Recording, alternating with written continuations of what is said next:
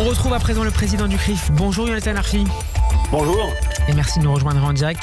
Jonathan Arfi, on apprenait hier que l'adolescent de 16 ans suspecté d'avoir agressé le rabbin Ari Engelberg samedi à Orléans serait jugé en avril. Il sera jugé des chefs de violence volontaires commises en raison de l'appartenance ou de la non-appartenance réelle ou supposée de la victime à une religion. Précisons qu'il est déjà impliqué dans 3 procédures judiciaires. Jonathan Arfi, que vous ont inspiré à la fois ces événements et le profil de ce jeune homme finalement de nationalité marocaine ? Écoutez, 2 réflexions, au-delà de la solidarité évidemment avec le rabbin Engelberg. Le premier point, c'est la jeunesse de l'assaillant qui témoigne du fait que l'antisémitisme a pénétré les générations les plus jeunes dans notre pays. Et je pense évidemment aux chiffres que nous avons publiés sur l'antisémitisme à l'école récemment, qui témoignent qu'il n'y a plus de sanctuaire dans les nouvelles générations contre l'antisémitisme. Et puis la deuxième chose, c'est la référence permanente au conflit israélo-palestinien, comme s'il était légitime pour une partie de notre jeunesse en France, de s'en prendre aux Français juifs au nom d'un conflit qui se déroule à 4000 km. C'est ça l'antisémitisme d'aujourd'hui, c'est cette essentialisation et tout est dans cet acte et dans cette agression du rabbin d'Orléans. Et de ce point de vue-là, vous avez été interpellé par le fait qu'il se soit présenté au départ comme un Palestinien ? Oui, puisque ça témoigne sans doute du lien qu'il fait avec la question du Proche-Orient en ce moment. Mais de toute façon, vous avez les chiffres de l'antisémitisme en 2024 où plus d'un tiers des actes comportaient une référence explicite à la question de Gaza ou à la question de la Palestine, ce qui témoigne du fait qu'aujourd'hui, ce conflit sert de prétexte pour justifier tous les passages à l'acte contre les Juifs qui sont tenus pour responsables de ce qui se passe à 3000 km.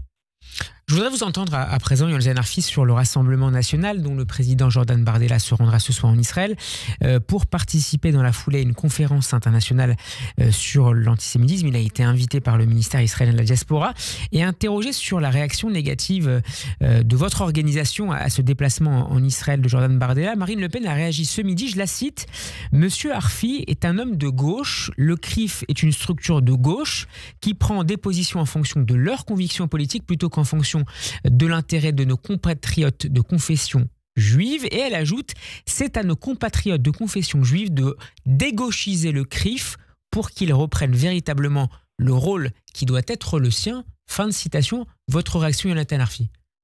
Écoutez, vous avez relevé ce matin la déclaration de Marine Le Pen. Vous auriez pu relever aussi celle d'Aymeric Caron qui a choisi d'attaquer le CRIF suite à nos expressions hier sur la France insoumise dans les médias.